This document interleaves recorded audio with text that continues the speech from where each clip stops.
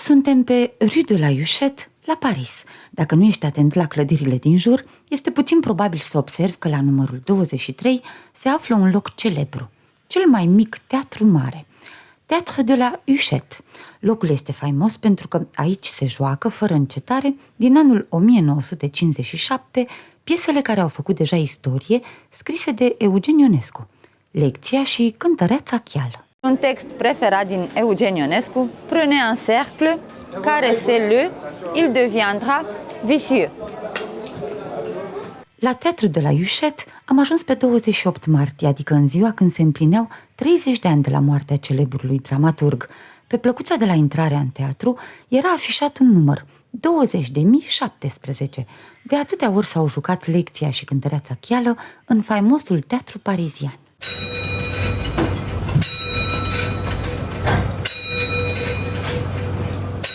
Numărul reprezentațiilor le asigură celor două piese un loc 2 în ierarhia longevității pe scena unui teatru, după Cursa de șoareci a Agatei Christie. Il y a eu beaucoup d'histoires. Je sais qu'au départ, quand cette pièce a été montée, avant qu'elle vienne ici, il y avait une personne dans la salle. Quand ils l'ont créée au Théâtre des Noctambules, souvent c'était la femme de Eugène Rodica. Et c'était la seule. Et une fois, j'ai entendu ça l'autre jour, elle était malade, donc il n'y avait personne dans la salle, parce qu'elle venait tous les soirs.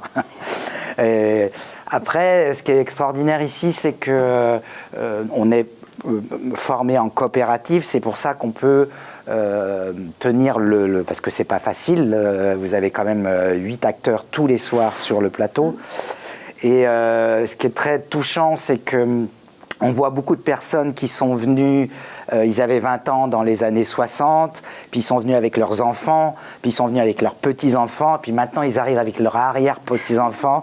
Et alors, l'autre jour, je voyais, c'était un jeune, il me dit, j'ai vu 204 fois la cantatrice chauve. Pe urmele lui Ionesco, dar și ale unor români faimoși din lumea artelor la Paris, pornim în cadrul emisiunilor Cult, duminica, de la ora 21.